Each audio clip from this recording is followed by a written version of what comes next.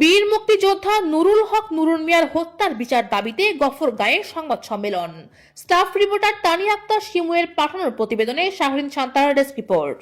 ময়মনসিংহ জেলার গফরগাঁও উপজেলায় বীর মুক্তিযোদ্ধা নুরুল হক নুরুন মিয়াকে নৃশংসভাবে হত্যার ঘটনার বিচার দাবিতে সংবাদ সম্মেলন করেছে তার পরিবার।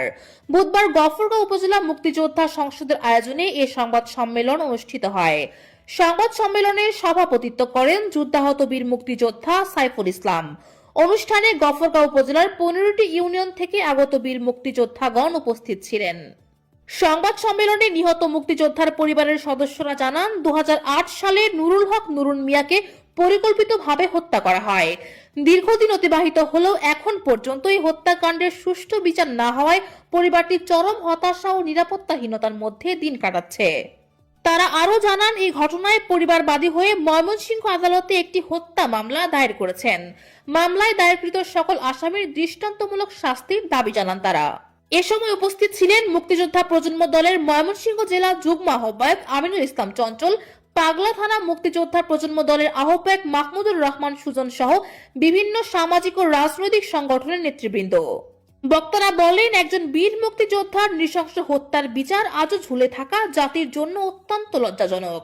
অবিলম্বে মামলাটির তদন্ত দ্রুত সম্পন্ন করে দোষীদের সর্বোচ্চ শাস্তি নিশ্চিত করার জন্য সরকারের সংশ্লিষ্ট কর্তৃপক্ষ আইন শৃঙ্খলা রক্ষাকারী বাহিনীর প্রতি জোর দাবি জানান তারা।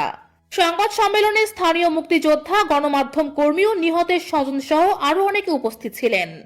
দৈনিক আলোর সকাল অনলাইন মাল্টিমিডিয়ার পরিবারের পক্ষ থেকে অসংখ্য ধন্যবাদ। দৈনিক আলোর সকাল সত্য প্রকাশে বদ্ধপরিকর।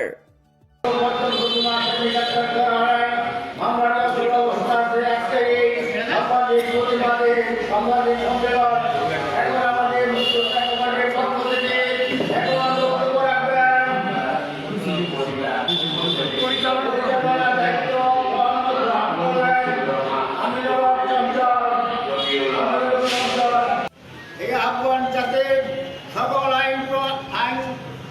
আইন প্রয়োগের সংস্থা যাতে আমাদের এই পর্যায়ে আপনাদের সম্পর্কে ওনার স্মৃতিচারণ করার জন্য উনি স্মৃতিচারণ এবং ওনার যে নির্মমভাবে ফাঁসির দাবিতে বিচারের দাবিতে ওনার ছেলে আপনাদের সম্পর্কে একটু কথা বললেন।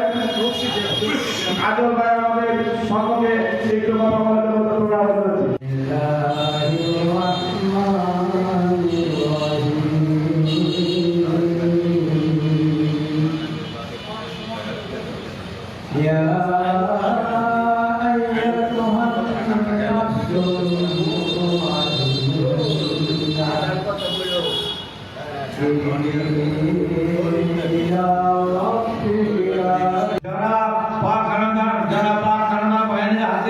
আমাদের মা বোনদেরকে তুলে দিয়েছিল, যারা বাড়িঘর তুলে দিয়েছিল পাক হানাদার বাহিনীর কাছে, সেই সমস্ত তারাই আজকে বড় বড় কথা বলে আজকে মুক্তিযোদ্ধারা